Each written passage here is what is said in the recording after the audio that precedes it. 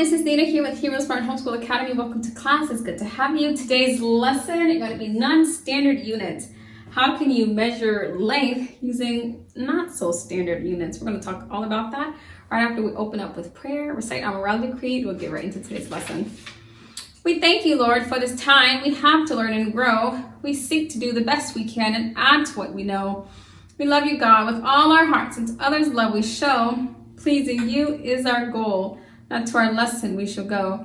In Jesus' name we pray. Amen. Amen. Great work. Let's also recite our morality creed.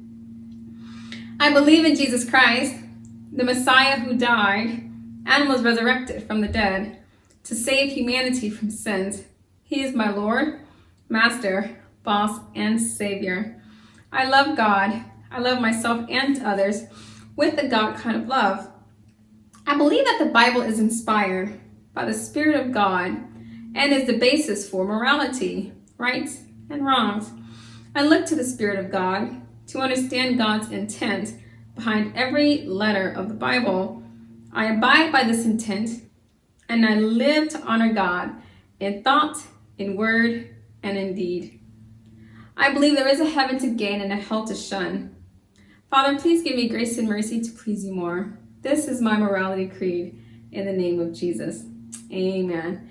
Amen. Well, it's really good to have you here. Hi again. If you were part of yesterday's lesson, you had an opportunity to learn about ways you can use the members of your own body to determine length and really to measure length, because back once upon a time, things like tape measures and rulers, things like that didn't exist. And so the way oftentimes people measure things was by using their members of the body. They say, oh, well, that's going to be about 10 feet.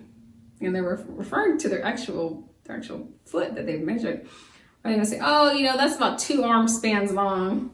2 arm spans. And so if you were a part of yesterday's lesson, you would have had a great time with that. Today, we're going to talk about other non-standard ways you can measure length. It's not necessarily using the members of your body, but there are just different ways you can measure length, even if you don't have access to some sort of more formal way of measuring length. An example of that is using, something like cubes. In the book, we talk about using rods as well. So whatever you have, the examples given are cubes and rods, but if you don't have a rod, you just use cubes. Or if you have rods and you don't have cubes, you can use that. The whole idea is that it's informal. That means that it's not formal. That's why it's called non-standard. It isn't standard, so there's no really right or wrong answer, as long as it can be consistent, which means that it has to be something that stays the same length every time. I need to be able to say, this eraser is 6 cubits long, as you can see. And even though, I wouldn't be able to communicate that very easily with other people if they don't have these cubes, but if they do have these cubes, then I can communicate that to them. I say, hey, I've got an eraser. So how long is that eraser? Oh, it's about 6 cubes. So, okay, well, I've got some cubes. I can figure that out. Another thing I have here is my phone. My phone is about 7 cubes long in length, about 7. And so if someone were to ask, how long is that phone? Oh, my phone is only, maybe you have a smaller phone. My phone is only 4 cubes. So mine is 7. Wow. Yours is much longer than mine. Another thing that you can measure, really you can measure anything. What do you have in your home? Do you have cubes? If you don't have cubes to use as a non-standard measuring tool, you can use something that would stay constant. It wouldn't change much, like a wooden spoon. Maybe you have a wooden spoon.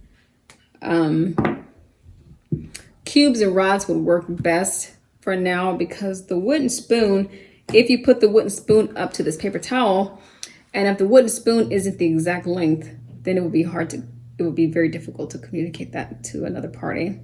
But if you're only trying to communicate it with yourself, then maybe it wouldn't be too much of a hassle. Okay, so this paper towel is 14 cubes long. You probably can't see the whole thing, but it's 14 cubes, 10 black, 4 green, that's 14. And so that's the way it works. I could just go on around the table measuring different objects, but I just want to give you an idea of what it looks like to measure things in a non-standard way. Very soon we will talk about standard. Standards when you start pulling out the measure, the tape measure, the ruler, and other things like that. But right now we're using non-standard. So if you have rods, you can use that. If you have cubes, you can use that. If you have, see what else? Another thing that's really great, my children have them, are those blocks.